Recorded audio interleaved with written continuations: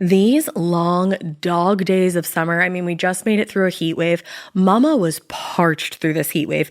I was hitting up Dunkin' every single day, and I will continue to probably for the rest of my days, but especially this summer. Dunkin' is helping everyone stay cool this summer with its lineup of refreshers. These drinks are packed with bold, fruity flavors and served ice cold. It's amazing. Dunkin' refreshers are the perfect afternoon pick-me-up. I like to start my morning with them personally, and then sometimes I go back for a second one because I'm just feeling crazy. They come in a variety of delicious flavors, including fan favorites mango pineapple and strawberry dragon fruit. And then for a limited time, there's black cherry and there's pink pineapple. I'm going to tell you something right now, and it's a bold claim, let me tell you, but I stand behind it. Pink pineapple will change your life. It is so good. It has me feeling like I'm sitting in a pool, resort side, just living, honey. It's so yummy. Try your favorite flavor with green tea, sparkling water, lemonade, or Dunkin's all-new limeade. I haven't tried the limeade yet, but I'm going to. Usually I get my drinks made with green tea and occasionally lemonade, but I do really like the green tea. Or if you don't want to build your own, try one of Dunkin's curated refreshers like the Cherry Lime Ricky or the Ultimate Pink Daydream. The Cherry Lime Ricky, scrumptious. I could drink like 3 of these a day. They're so freaking yummy. Head to Dunkin' today and find your favorite refresher. Dunkin' refreshers contain less than 1% fruit juice. Limited time offer. Every good detective needs a partner to support them on important cases. Think of a State Farm agent like your sidekick, there to help you along the way in your search for coverage. State Farm can help you choose the coverage you need, whether it's for your home, car, boat, or even RV.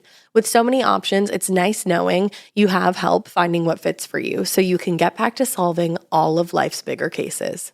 Go to statefarm.com or use the award-winning app to connect with a local agent and get a quote. Like a good neighbor, State Farm is there. Prime presents Perfect Pairings. What pairs with Reacher on Prime? Reaching for a sparkling punch delivered with Prime. It's an unbelievable feeling when you're enjoying a punch at the same time Reacher is enjoying punching people. Wow, he's still punching people.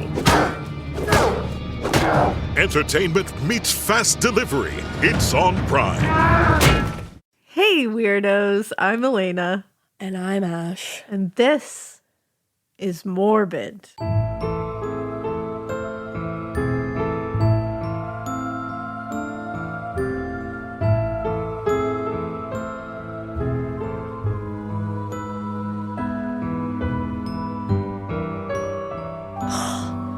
We had a whole plan where we were going to say, hey, Morbid, this is Weirdos, and then just not comment on it and act like it was just a big LOL.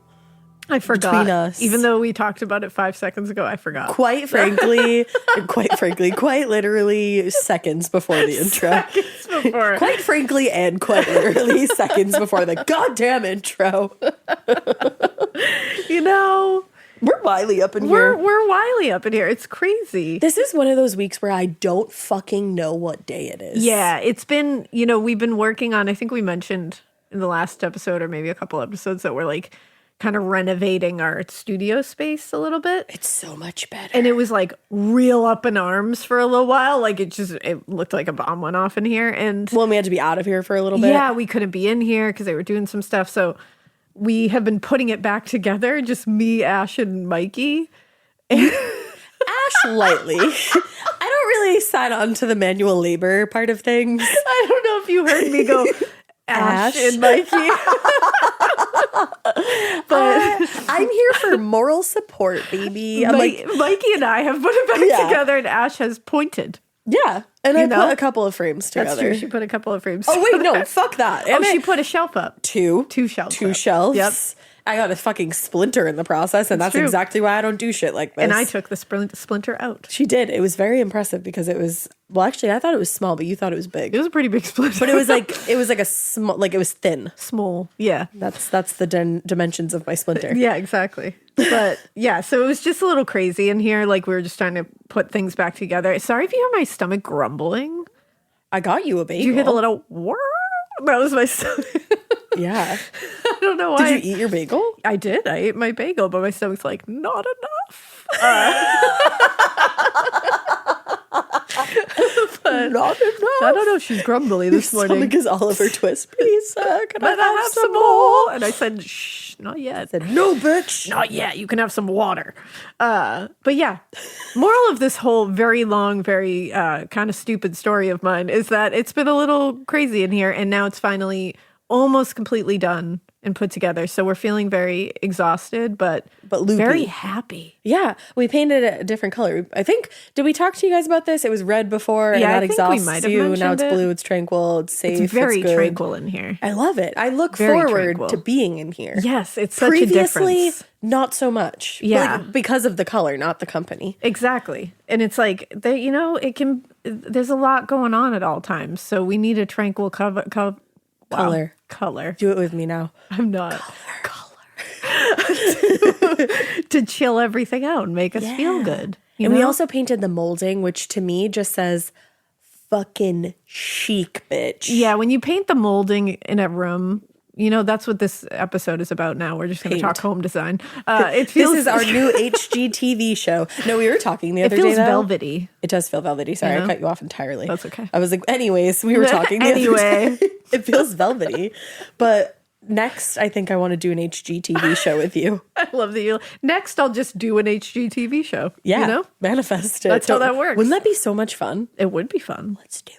Let's go. HGTV, are you listening? Let's go, girls. I bet they are. They might be. I bet HGTV is listening as a right whole, now. as a company.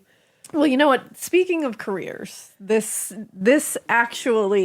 segues pretty nicely into what we're going to be talking about today. Impressive. Because we're going to be talking about the career girl murders. Oh. And I say it segues because this is a really horrific case.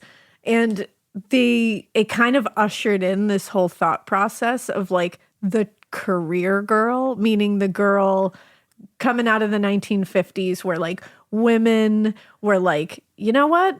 I don't have to get married. Like, I don't have to get married right away. Like I can get my own thing going, become independent, kind of stand on my own 2 feet, and then I can decide if I want to get married later. Like Hell yeah. I'm a career girl.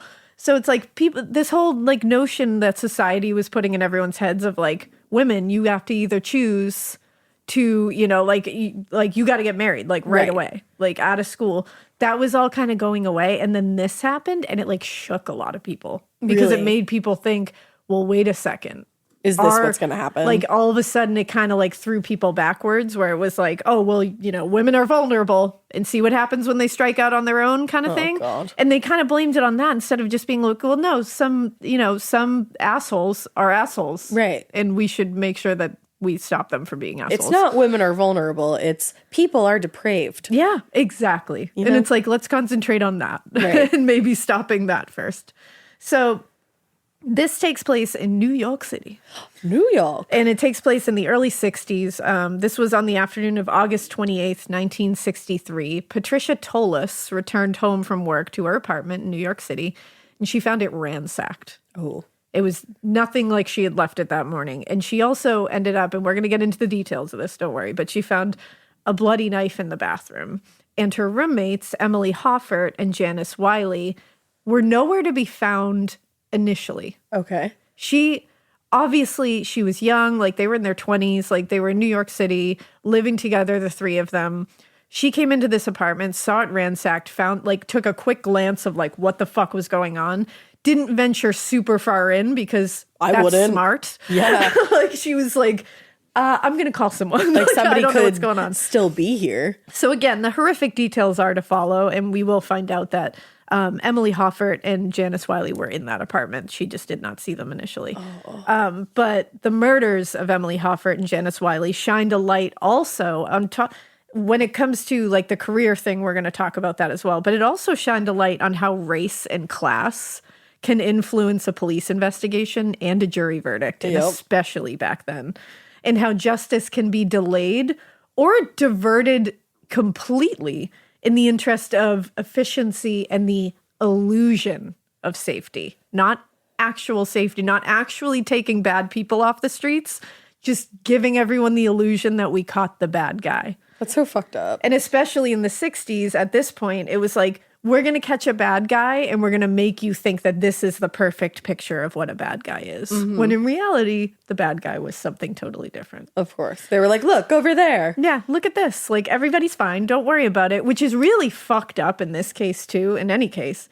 But in this case, too, because they were kind of being like, okay, we got the bad guy. We're going to take him off the streets. Everything's fine. Everybody calm down. Don't worry about it, ladies. Like, you don't have to worry about getting murdered in your apartment anymore. Leave your doors unlocked. It's fine. In reality, they had not removed any of the dangers, and they were putting everybody at risk. I don't see it. Like, how do you not think about that? Like, what they were doing back then is saying, let's put somebody up for this and make it seem like everything is okay. How are you not thinking, like, but everything's not okay? But there's still a bad guy out there who did this. Right. Like, this guy is still prowling around. And they must have felt some sense of like, okay, like, we did it. But it's like, that's so fake. Yeah, they just wanted the pats on the back and they wanted everyone to shut up about it. I can't imagine. So, and race plays a role in this as well. And so they were just like, well, whatever. Like fuck it. Yeah, whatever, we did it.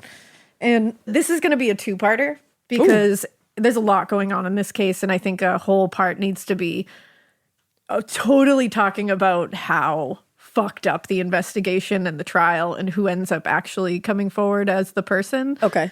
That's a whole thing in and of itself, so it needs some attention paid to it. Now, let's talk about the victims here. Yeah. Janice Lamb Wylie was born March 6, 1942 in Evanston, Illinois. She was one of two children. Her parents were Max and Isabel Wylie.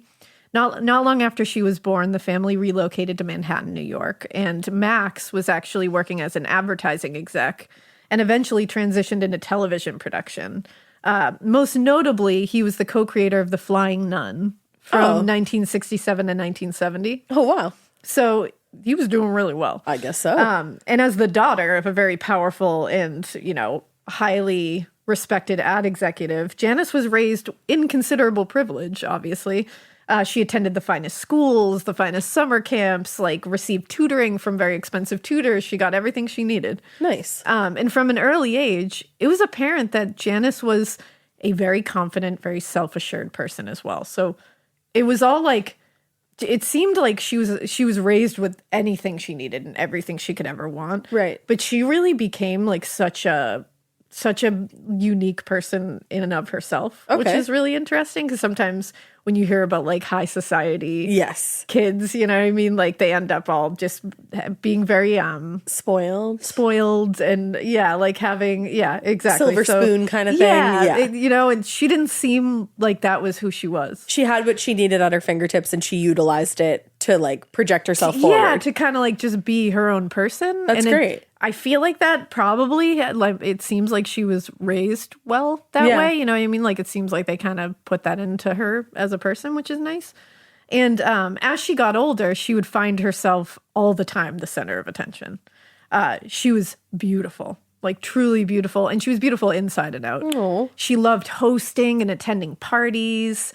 She was such a girl of the time, you know what I mean? She just wanted to be out there everywhere, meeting all kinds of people. Oh, that's She was fun. said to have dated, quote, more than the average woman at the time. Oh, fuck off. And and also Janice dated both men and women. Hell yeah. Which at the time, obviously, very. and it also plays a little bit of a role at a time when they were investigating the investigation. I can only imagine. Investigating the investigation, I just said. Investigating the crime. I didn't even catch that.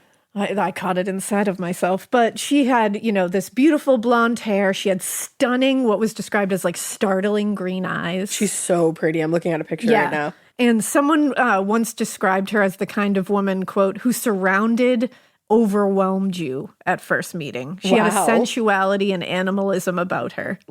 So she was just people were you met her, took one look at her, she opened her mouth and talked, and you were just shot off your feet. She's she an was enigma. Yeah. And it was likely this confidence that allowed her the confidence that she was able to build through her entire life here.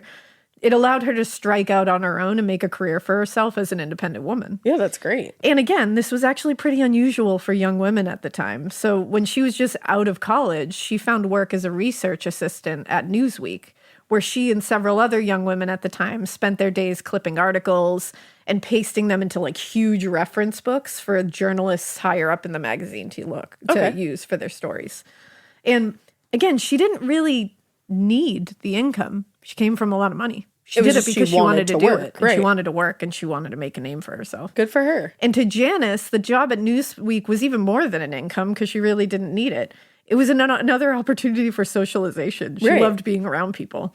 According to journalist Bernard Lefkowitz, I believe is how you say it, quote, in a little more than 5 months working for Newsweek, Janice had become the office live wire. She relieved the tedium of routine with her raucous humor, with her unabashed theatricality, with her blunderbuss candor. Wow. Which, like, that's Love. the best sentence ever. Love. Like, and Janice, again, didn't need the income, but the income did mean that she could prove to her father, especially, that she could take care of herself. Nice. That she didn't need to rely on him. Like, Daddy, look at me. Yeah, and specifically, she wanted to be able to move out to her own apartment and take care of it, not worry about him having to pay for the rent. She wanted to pay for the rent. She really wanted that independence. Yeah, and so she ended up sharing this apartment with 2 other women. So she was like, I know you can probably buy me a place and pay for it or help me buy my own place. But you know what? I'm going to find two friends. We're going to live together because I can afford this with my own shit. Which I was like, hell yeah, Janice. That's really awesome.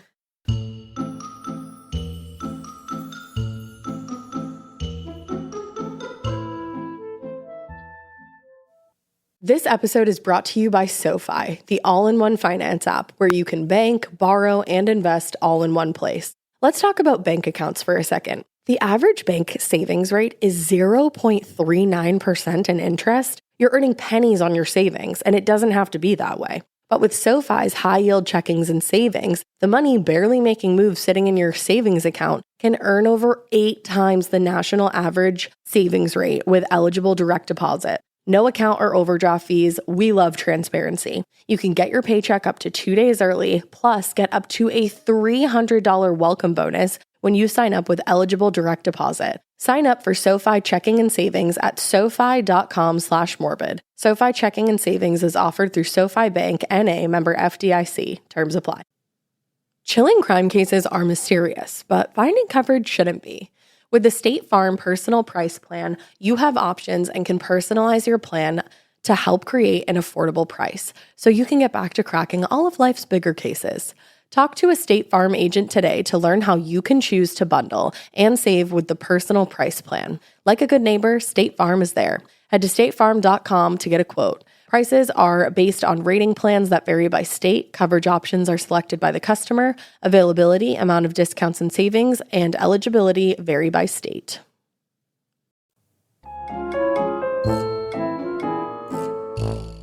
Now, a few weeks after taking the job with Newsweek, Janice's friend Pat Tolles asked her to share an apartment with her on the Upper East Side. And it was just a few blocks away from where Janice had actually grown up. So she was very familiar with the area. And she knew, because she was like a lifelong New Yorker at this point. Yeah. She knew that they definitely could have found a cheaper apartment somewhere else, not on the Upper East Side. But the Upper East Side is a nice area. Well, that's the thing. It's a very nice area. So she's like, I'm pretty sure we could find something a little cheaper. But you know what? This neighborhood is actually really safe. Like, I grew up here. So let's spend a little more money and we'll live in a safer place. Worth the cost kind of thing. That's so sad, like, knowing what ends up happening. Right, it really is. Because that extra money bought her some kind of peace of mind. Exactly. You would think, you know? Yeah, exactly. So because of the added safety kind of situation, she agreed happily to move into the apartment 3C at 57 East 88th Street. And it was like a very highly managed complex, and doctors, dentists, other professionals were living in there. So it was like a very, like, they felt safe. It was a well-to-do apartment building. And they were paying $208 per month on rent. And remember, that was expensive. Honey. It was a different time. Honey, could you imagine? It was a different time. Now, it was here that Janice met Emily Hoffert, who was a friend and former college roommate of Pat's, not Janice's. Oh, okay. Who was looking for a place to stay just for, like, temporarily for a short time, because she was trying to work out, like, a longer-term plan for herself. She just needed somewhere to kind of take a beat. Yeah. And Emily grew up in Edina, Minnesota. I hope I'm saying that right. A suburb just outside Minneapolis. And after graduating from high school, she ended up going out east to pursue a teaching degree at Smith College. and after a year of graduate courses at Tufts University. Fuck. These were brilliant women. Really? And a couple months teaching at a private progressive high school in Newton, Massachusetts. Newton? I used to work in Newton. Which is, in case you were wondering, a suburb of Boston. Yeah. Emily decided that New England wasn't right for her, which I was like, okay, Emily. All right, that's fine. Emily. That's fine. You know, she was a New York girly. Yeah, and two very different places. Yeah. And in the fall of 1963, she relocated to New York, where she just kind of like went into a few short-term rentals with friends, just trying to look for work, figuring out what she wanted to do next. And after bouncing from shared living arrangements, like one to the other, Emily's friend Pat Tolles was like, hey, come stay with me and my roommate Janice for a little while, you know, until you find something more permanent. Yeah. So Emily was like, that's amazing. Awesome. Thank you so much. So in late July 1964, she moved in with Pat and Janice. So as far as roommates went, Emily Hoffert could not have been more different than Janice. Like, they were very different people. Yeah. But they got along. Like, this wasn't to say they, like, you know, Butted heads or anything. So Janice, like we said, was very outgoing, very social, like just everywhere always. And Emily was like much more quiet, reserved, shy. Janice was this tall, like bombshell blonde, like by social standards of the time, very conventionally attractive. Sure. While Emily was, and this like upset me because look up these two women. They're both beautiful.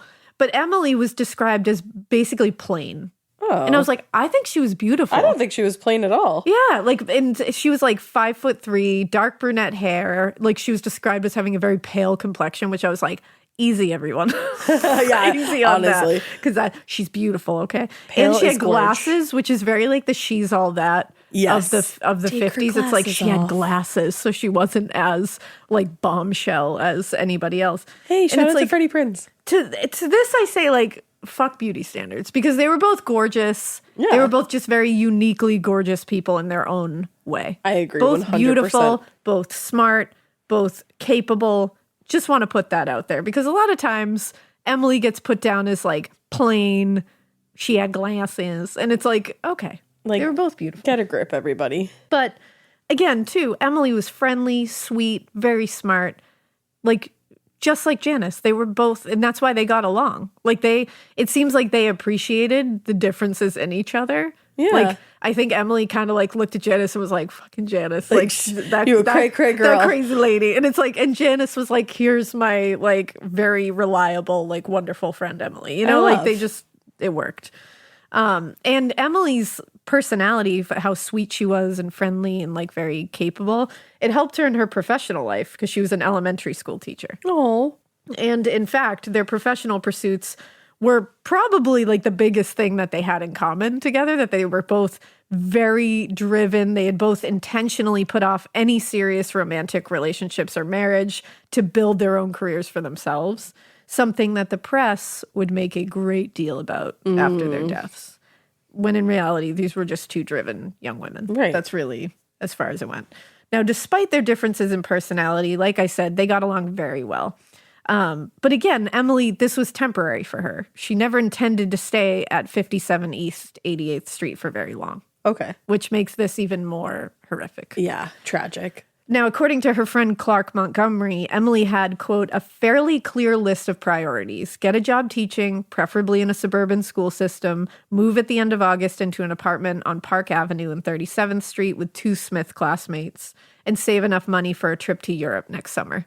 So she was like, let's go. Like, doing it. While her goals were ambitious, Emily was committed, and by the end of August, she had begun packing what few belongings she had at this apartment, and she was going to be moving. She was starting to move them to Park Avenue. So she literally started the process. She was starting the process when this Wow. happened. On the morning of August 28th, Emily had gone by the apartment to pack up the last of her belongings and say goodbye to her friends, Oh my God. completely unaware that this would be the last time she spoke to anyone. Wow. Which makes this even more horrific. Now, just as Janice, Emily, and Pat were kind of establishing their independence and starting out on their professional paths, like I was talking about before, The nation as a whole was undergoing a kind of social identity crisis with regard to race, gender, sexuality. You know, this was a time of like immense, like, what the fuck is going And just on? lots and lots of change. Everybody figuring out that like we don't all fit into this box. Yeah, here. it doesn't all have to go like Yeah. Leave It to Beaver way. Exactly. Coming out of the 50s being like, what the fuck was that? Right. Like, you know.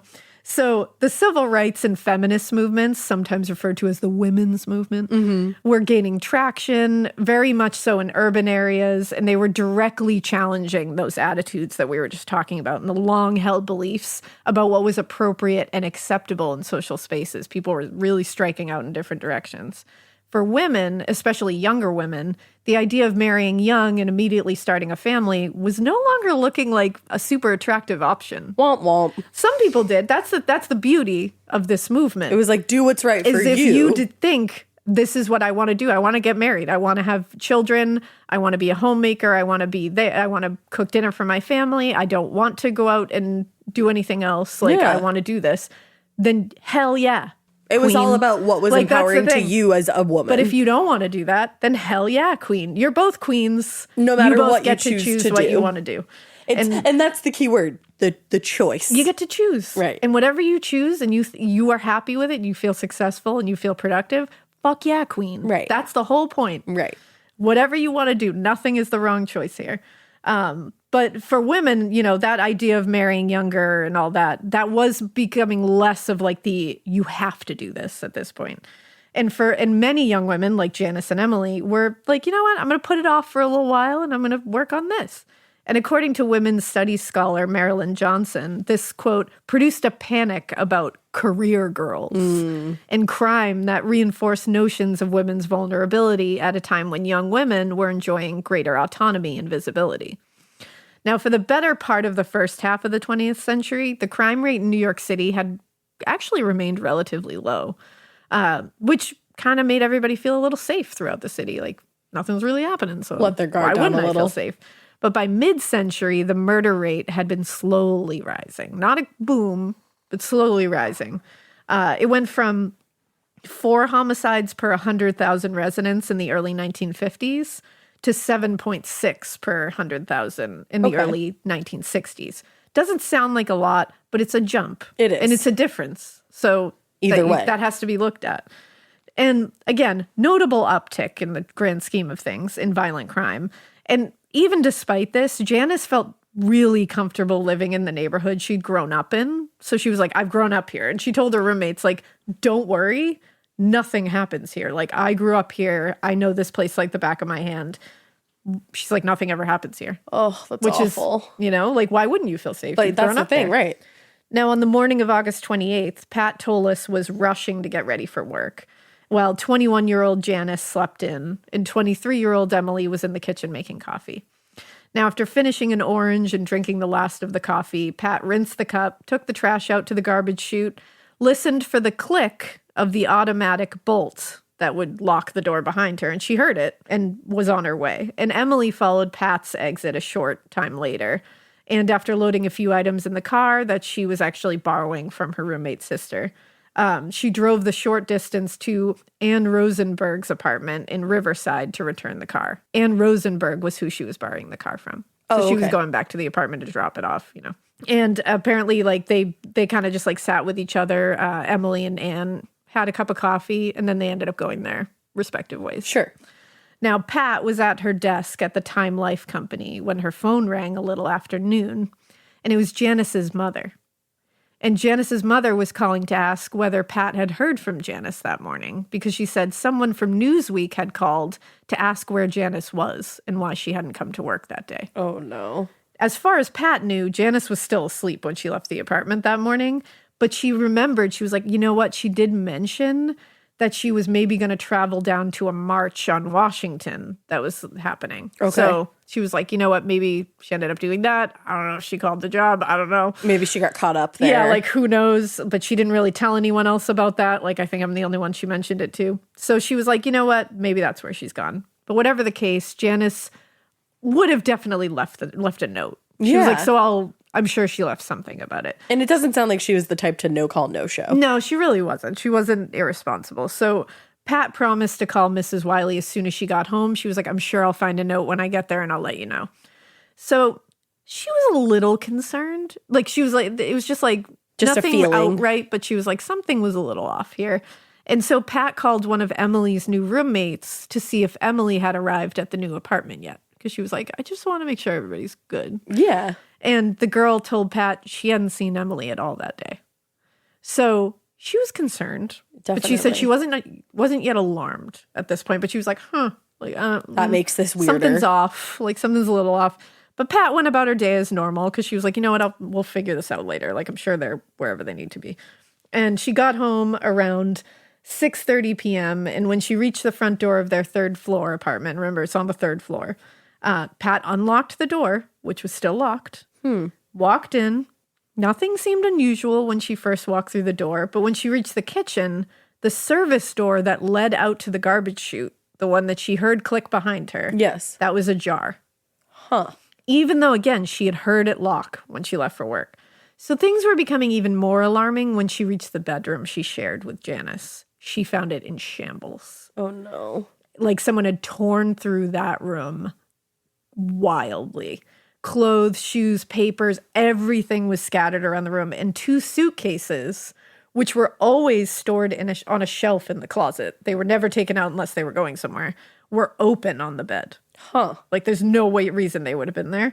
And on the other side of the room, the drawers of both dressers had been pulled out and all the contents were scattered all over the floor. And that must have been frightening no matter what. But then you think you're seeing all of your personal belongings scattered. That had been and you're like, thrown about. What? Yep. There were hair curlers, half-empty packs of cigarettes, and a pile of pennies on the floor, too. Huh. Now, she was like, we've definitely been burglarized, so that's terrifying. So she left the room and didn't notice the heap of sheets lying just on one side of the bed. Okay. Made her way into the bigger of the apartment's 2 bathrooms. The light was on in the bathroom when she went in there, which again was weird. Mm-hmm. And Pat immediately noticed that there was a large 12-inch carving knife just sitting on the edge of the sink. Oh my God. And so she's looking at the knife and she's like, why the fuck is that in the bathroom? And then she notices that there are streaks of blood on the handle, just on the handle. Okay. Like somebody had rinsed the blade. Sure. And was like, oh no. And then she said her immediate thought was, oh no, Janice has slashed her wrists. Which, like, I'm not sure why. Maybe that was just like, what else could have, I don't know what's happening here. Yeah. Because she said she was just panicked. Like, this is panic.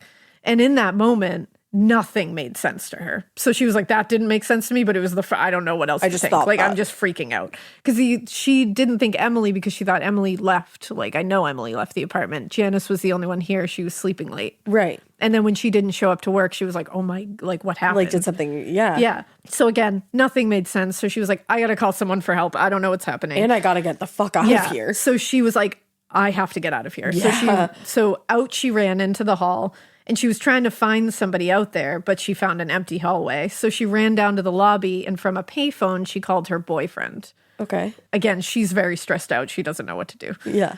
He agreed to come over immediately. She was never able to remember exactly how the next hour unfolded. She was like, it was so panicked that I didn't know what to do.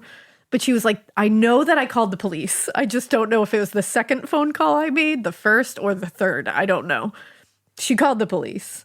And then she placed a call to Janice's parents. Oh, so she was like, I don't know what order I did this in, but I called them all. who I needed to call. I called everyone. And when Mrs. Wylie answered, she asked to speak to Max instead. And she said, I wanted to speak to you so as to not alarm Mrs. Wylie. Oh. Now, Pat told Janice's father, before explaining that she'd returned home, to find no note from Janice. And it appeared that someone had ransacked their apartment. Right. Like, I don't know what's going on here. And she's like, I don't know where Janice is. And I did not find a note.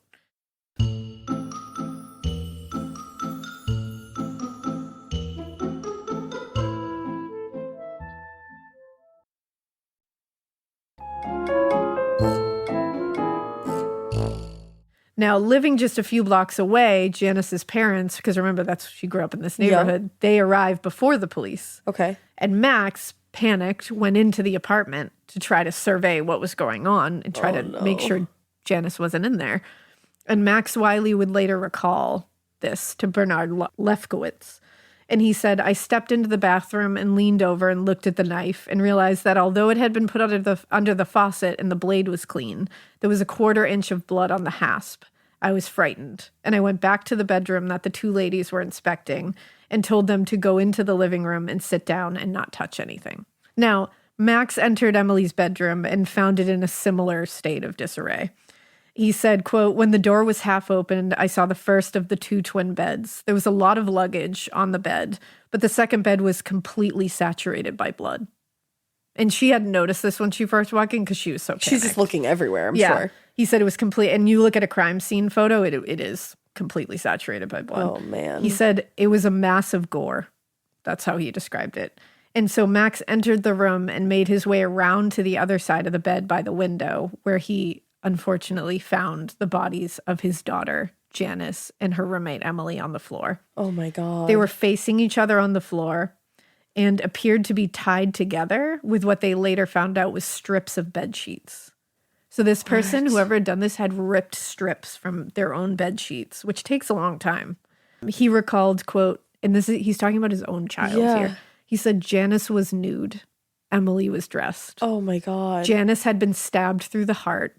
Emily's knifing around the neck was noticeable. Oh, my God. The curlers were still in Janice's hair. Emily had been frightfully cut. It was very gory. That's how he described it. Oh, my God. So he pulled the blanket from the bed and laid it across the girls. Then he went back out to the living room and called in the police to report the discovery. And it's like, that's his daughter. He walked in on that. Oh, my God. I don't know how you ever go on after that. Unfortunately, it affects him later. Of course, I bet it did. Now, in reality, the attack on Janice and Emily was even more brutal. You know that feeling when you come home late from work and those puppy dog eyes just pierce right through your soul? Or when you're packing for a trip and your cat refuses to leave your suitcase? Yeah, we've all been there. Pet parent guilt is real. And you know what? It's completely normal. That's exactly why Hill's Pet Nutrition exists. They understand that being a pet parent means being human, with all of our imperfections and daily juggling acts. Hill's science-led nutrition helps you give more love than humanly possible. Whether it's those long work days or trying to balance attention between multiple pets, Hill's Pet Nutrition gets it. They've created science-based nutrition that supports your pet's lifelong health so you can feel confident even when life gets hectic. Because you're only human, there's Hill's. Science does more. Ready to let go of the guilt? Find the right food at hillspet.com/podcast. That's hillspet.com/podcast. Do you remember in school when you just knew that your teacher had a favorite of everything? They would always use the same blue dry erase marker when they wrote on the board, or they would talk nonstop about their favorite element during science. I had a teacher once that literally had a favorite brand of marker. She would only write with specific markers, and if another marker ended up in her classroom, she was TO'd. And honestly, I was probably her favorite student because at the end of the year, I got her that specific brand of marker. Let's talk about their real favorite thing though, their favorite tissue brand. Kleenex. According to Teacher List, they are the #1 facial tissue trusted by teachers. Kleenex Ultra Soft tissues are silky soft to help prevent skin irritation, and now you can take them anywhere with Kleenex Snap and Go. I absolutely love Kleenex Snap and Go. It's so perfect to have that in your car. I had a cold last week and I was just, honey, my nose was a faucet. I hate to do this to you, but it was disgusting. Drew literally came out of our garage with like 15 of the Kleenex Snap and Goes, and I put those in my glove compartment, and honey, they were easy access. It was so nice knowing that I didn't have to blow my nose into like an old wrapper that I had. Ew. So do the best thing for your kids' teachers and stock up on the ultimate classroom favorite. Maybe it'll make them their teacher's favorite student. They definitely have a favorite. Don't even get me started because again, you know it was me. For whatever happens next, grab Kleenex. Than what Max had described. Oh, no. Both had been stabbed over 60 times. Each? Yep. What the 7 fuck? of which were directly to Janice's heart. And this is very graphic. Janice's intestines were, quote, out of her stomach. Oh, my God. Yeah. And her father saw that? Yeah. So she was literally, like, she was disemboweled? Disemboweled. And even worse, somehow, the killer had actually initially stabbed them with a broken soda bottle. Oh, my God. Then a small knife. that small knife broke in the process.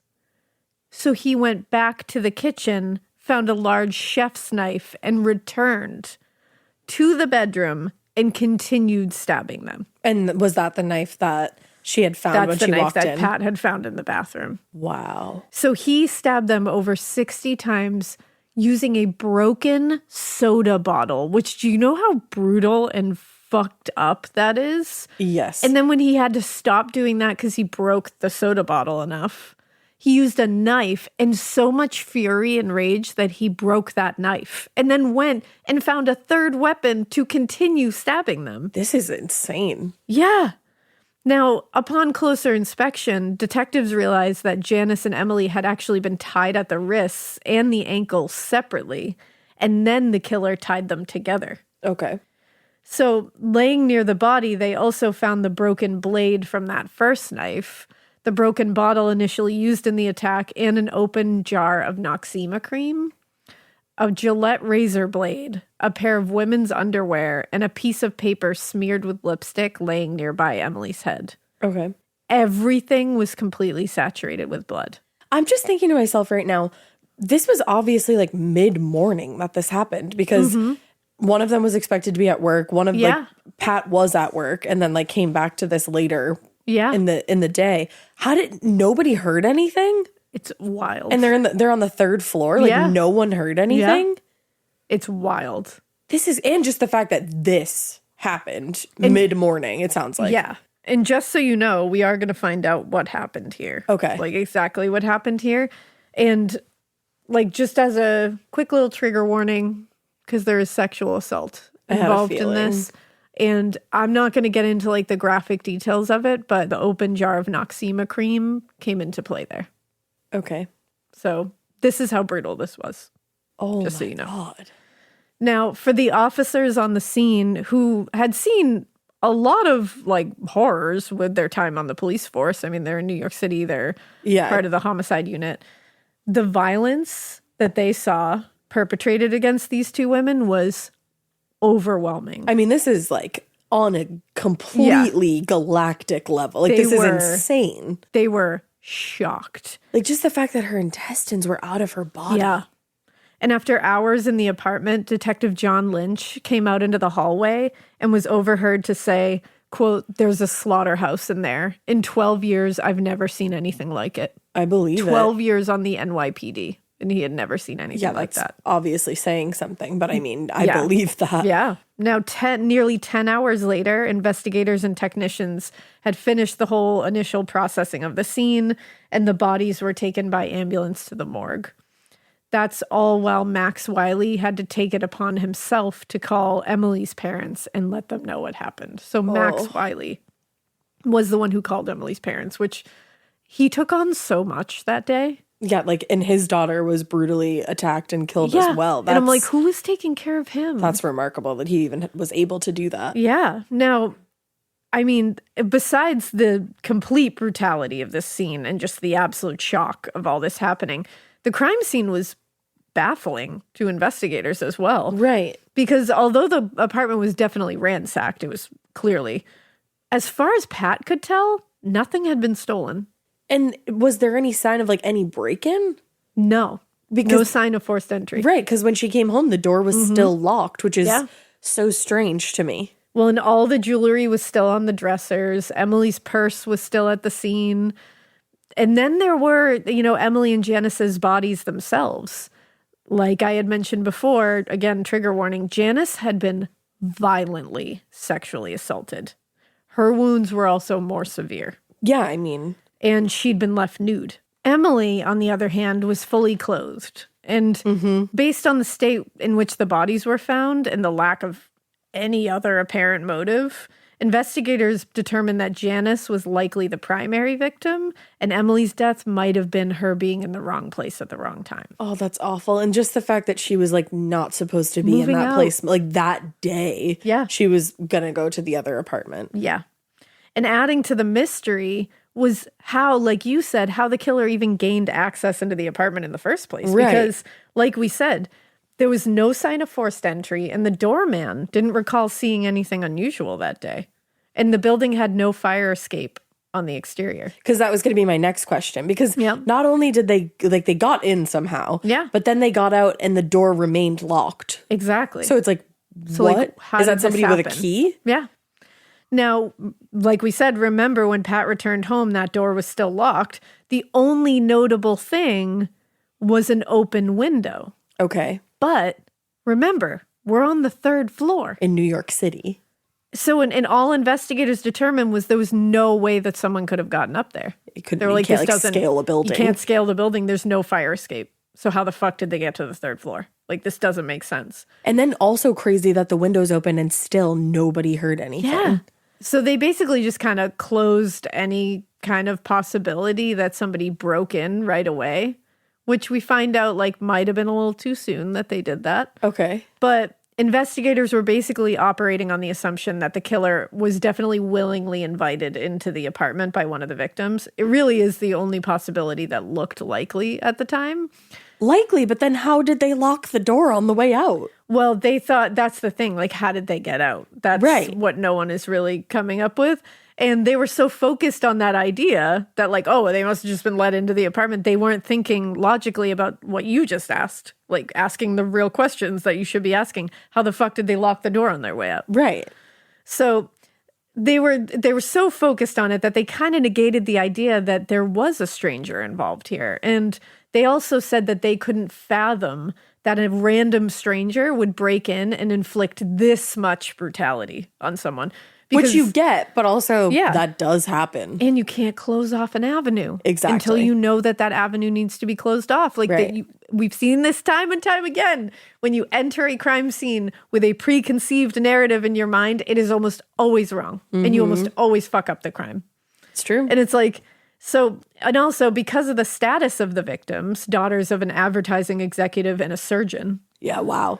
the murders were made the highest priority at the time, with roughly 150 officers and detectives assigned to the case. Many of them were pulled from other precincts and boroughs. And in their first press conference, Chief of Detectives Lawrence McKerney told reporters, quote, "The police had no suspects, no leads. What they did have was a basic theory that someone had come into the apartment either with a plan to murder Janice or something happened in the heat of the moment that led to her death." Okay. But again, no one can say how they got back out of the apartment. Right. And this was supported by the fact that Emily was known to have left to return the car to Riverside that morning. So her coming back to the apartment would have been a surprise to anyone in there. Like, she wasn't supposed to be there. She had left. Right. So if somebody was in there, they were like, oh shit, I thought she was gone. So they're still running off this idea that it's Janice and Emily was just wrong time, wrong place. And also, Emily hadn't been in New York for very long and really only knew a small number of people. So if the killer was known to the victims, as detectives really thought that they were, he was most likely going to be found among Janice's friend group. Okay. Now, knowing that Janice had, like we had said before, a very rich lot of friends. social and dating life, investigators started running down the names in a small green address book that she had that they found in the top drawer.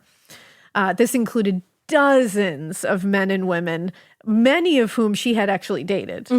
And they were absolutely convinced it was somebody in that book, someone Janice knew. And the idea that she also could have been involved with women really threw investigators for a loop. They focused really solely on her. Like, that was really it. And there's actually an ID discovery about this. And there's this great quote about how this is a great example of cops plunging into a lifestyle that they were just way over their heads about. And in the meantime, because like they were basically interviewing a couple, there was one woman that she was known to have, I think, lived with for a little while named Pearl. Okay. And Pearl was like this like brash, like just like, the fuck do you want to know Like kind of hot girl. ticket. Like, she was just a hot shit. And she was just kind of like, I don't know, it's like, I clearly didn't kill her. You know what I mean? Like, Right. but she was seemingly like, you know, fucked up about what had happened to Yeah. Janice. But she was like, I don't know why you're thinking I Why would you're do this. Like, knocking we on my cared door. about each other. Aw. And the cops were like, huh, like, I don't know what to do. Because remember, it's barely It's the out of the 60s. 1950s Right. at this point. So the cops were like, what? Like, what? She dated women? And then it became this whole thing of like, oh God, she dated women too. Like, what's going on here? It must be so crazy. Must be some deviant lifestyle that has led to this, you know? So it's just ridiculous. How sad is it that like would still happen? Probably. Exactly. Now, in the meantime, Max Wylie, Janice's father, offered the first potential lead. Okay. When he told detectives that in the weeks before she died, his daughter had actually been plagued and terrified, quote unquote, by a series of obscene phone calls. Oh. Unfortunately, all the people in Janice's address book had alibis for the days that the girls were murdered. I say unfortunately, fortunately too, I guess, because I would hate to think somebody in her address book was this person. Yeah, but I see what you mean. Caught.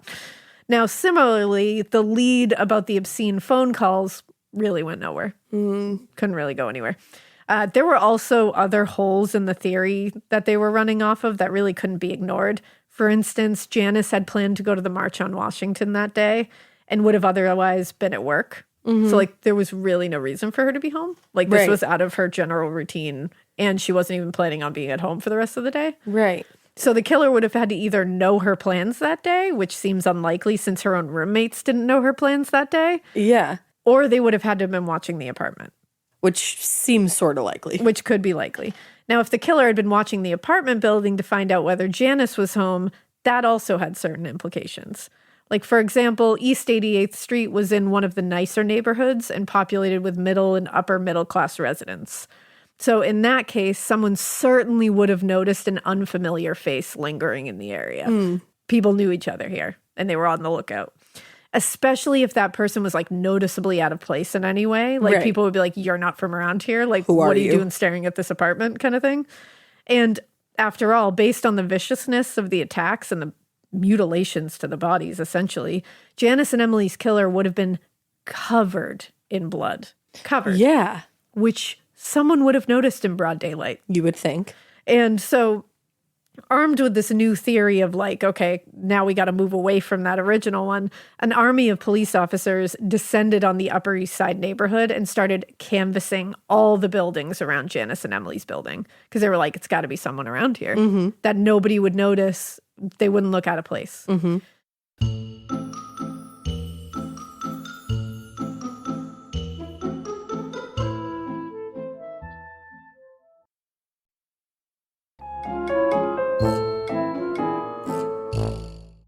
Now, among the investigators leading the canvass was Detective Eddie Bulger. Oh, I don't like that look. Yeah. He was a detective from Brooklyn, and he was brought on to assist in the case. You're going to want to kick Eddie Bulger in the fucking chin. I got that feeling immediately. You had this look in your eye when you said that fucker's name. Now, I'll give it to the detectives in Manhattan. They were not into him either, so I'll give them that much. Okay. They were appreciative of the help because they needed all the help they could to canvass. You know, there was a lot of people to talk to. But a lot of them found Bulger's, I'll say his personality and his approach, distasteful at best. Okay. Particularly the way he interacted with some of the residents in and around Janice's and Emily's neighborhood. According to Bulger, so according to this detective, Bulger, not according to anybody else, according to him, he claimed that he had what he would call a sixth sense for knowing not when any person was lying, when black people were lying. Oh, so he's a racist fuck. Yep. Cool. And he was known by all to treat black interviewees with far less respect than he did anyone else. And he never got in trouble for this? Well, because this was such a high-profile case, it was determined pretty quickly that Bulger's obvious racial bias was very risky to this case. Like, it was not going to help. You're gonna shoot yourself in the foot here. They knew. They were like, he's gonna taint this. Like, this is gonna happen. He's gonna push someone that's just because he's racist fuck. Right. So, bye, bitch. They kicked him off the case almost immediately. Oh, good. Yeah, okay. because they got some reports that he was interacting with some of the people in the buildings around Janice and Emily's building. Yeah. And it was very clearly who he was treating nicely and who he wasn't. Okay. And so I think people that were partnered with him were like, he's going to try to pin like, this on not only somebody. is this fucked up, but he's going to get me in trouble too. And like, this whole case is going to fall apart. And you're going to get the wrong guy instead of. You're out of here, Bulger. But how fucked up is that? I know when a black person... You know that feeling when you come home late from work and those puppy dog eyes just pierce right through your soul? Or when you're packing for a trip and your cat refuses to leave your suitcase? Yeah, we've all been there. Pet parent guilt is real. And you know what? It's completely normal. That's exactly why Hill's Pet Nutrition exists. They understand that being a pet parent means being human, with all of our imperfections and daily juggling acts.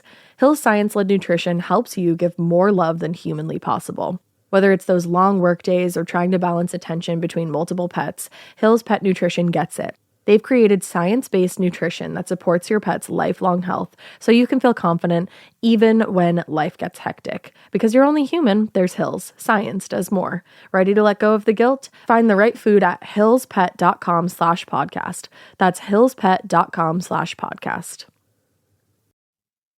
This is a paid ad by BetterHelp. I happen to be somebody that struggles with people pleasing. So a lot of times I will build things up and up and up and up and up and then kind of get to the point where I'm like, I need to let this out to this person. Even in 2026, that stigma and just stigma in general can get in the way of a lot of things, like getting support for your mental health. Maybe you've encouraged friends to consider therapy while avoiding taking that first step yourself because you're busy.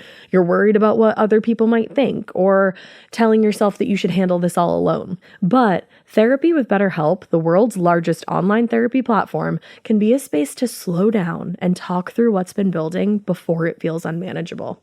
Just take a short questionnaire to identify your needs and preferences, and BetterHelp will handle the initial therapist matching work for you. Their industry-leading match rate means BetterHelp typically gets it right the first time. Feel confident knowing BetterHelp therapists work according to a strict code of conduct and are fully qualified.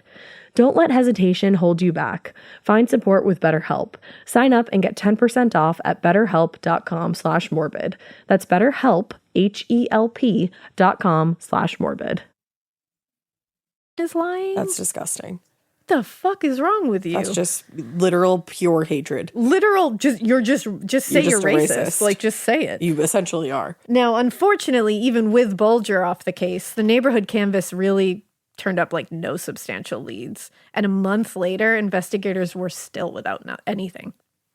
I almost said without nothing. Without nothing. Now, a police spokesperson said there's a complete lack of physical evidence, no description of the murderer, not one substantial clue, not one tangible motive.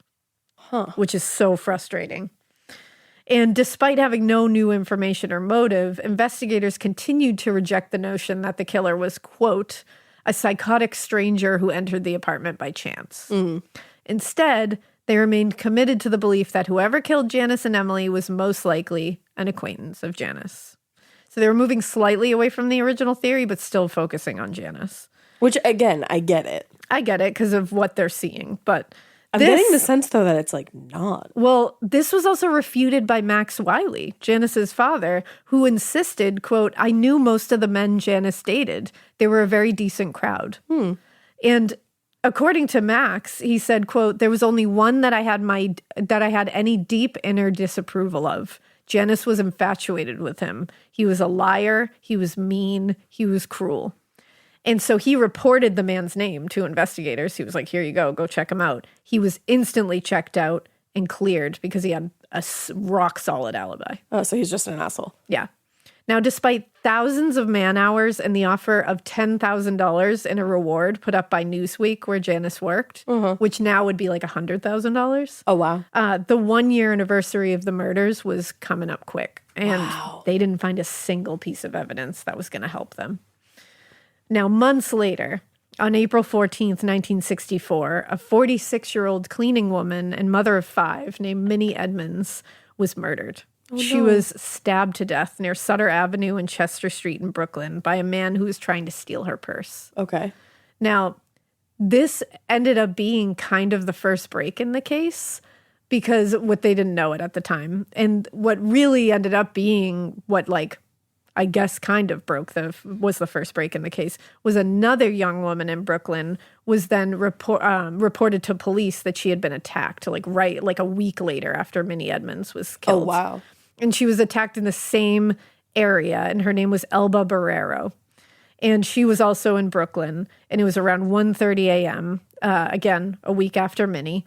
and she was grabbed from behind by a man who held her by the throat and then, according to her, dragged her into a doorway and was trying to steal her purse. Now, Elba screamed, and I guess he had told her, like, if you scream, I'll kill you. Yeah. But she started to scream, obviously, because she's gotta like, try. yeah, you gotta try.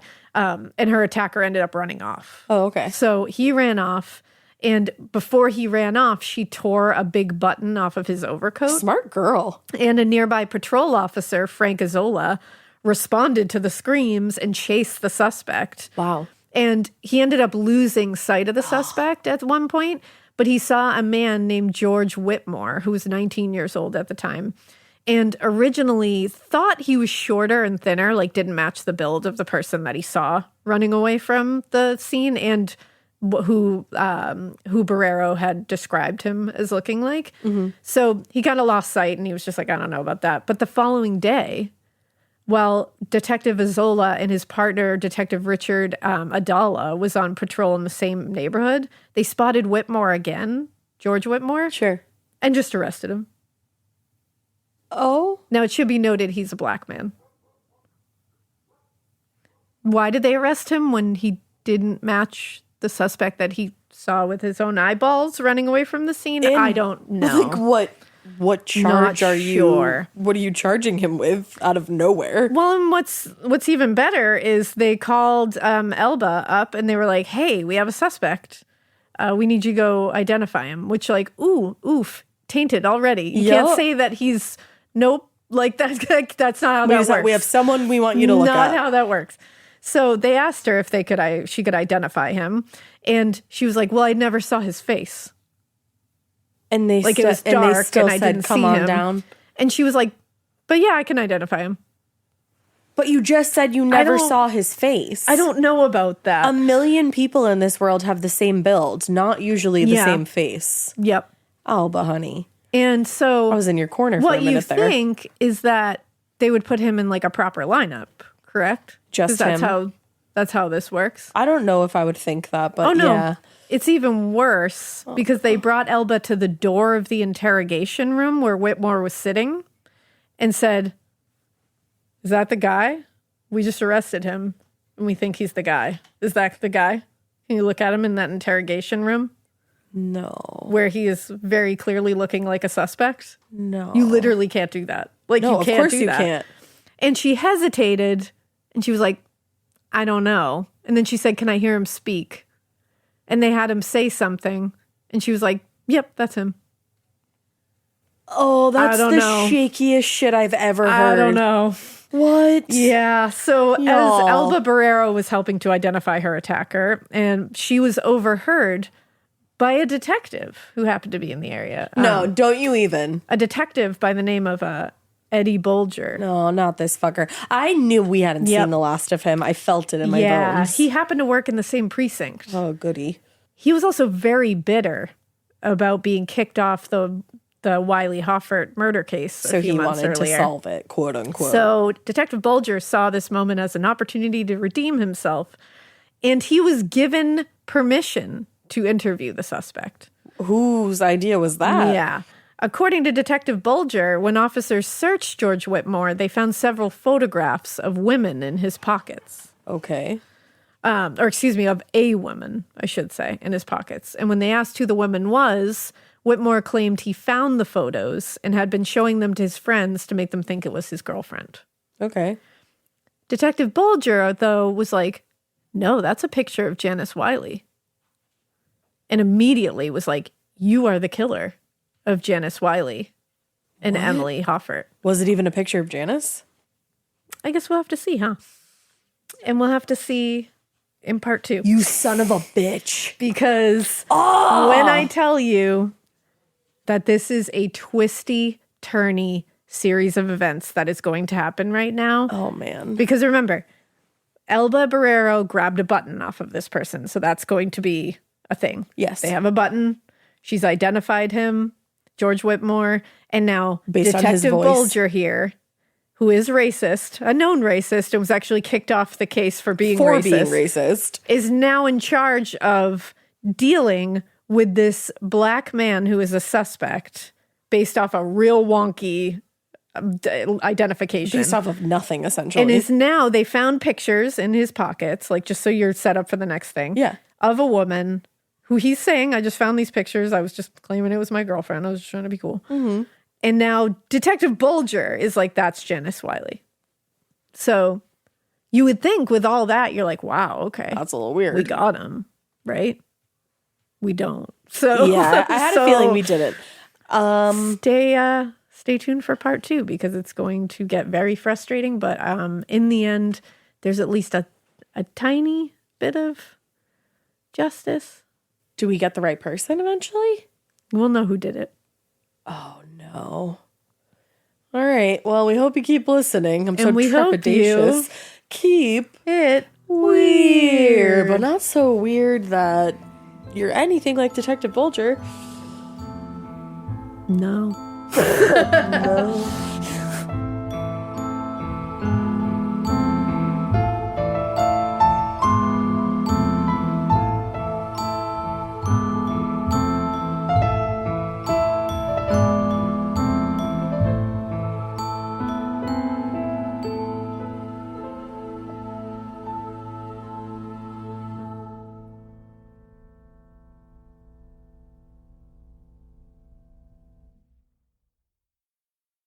You wouldn't take financial advice from a 72 hours in a single day alpha influencer, would you? Same goes if you're in a car accident or any accident. Who you choose matters. That's why Morgan & Morgan exists. They're the largest injury law firm in America, and they've built a reputation by actually winning cases, not just talking about it. Over 1,000 lawyers across all 50 states and $30 billion recovered. Injured? Go to forthepeople.com/podcast. That's forthepeople.com/podcast. Traditional home security only alerts you after a break-in, and that's too late. Simply Safe is changing that. Stop. This is Simply Safe. Police are on the way. We don't just alert, we stop crime before it starts. Simply Safe, plan starting around $1 a day. Save 50% on your new system with professional monitoring at simplysafe.com/SXM or with promo code SXM. Outdoor deterrence requires a Simply Safe Active Guard outdoor protection plan starting at $49.99 a month. Visit simplysafe.com/licenses for alarm license information. Tennessee 2012.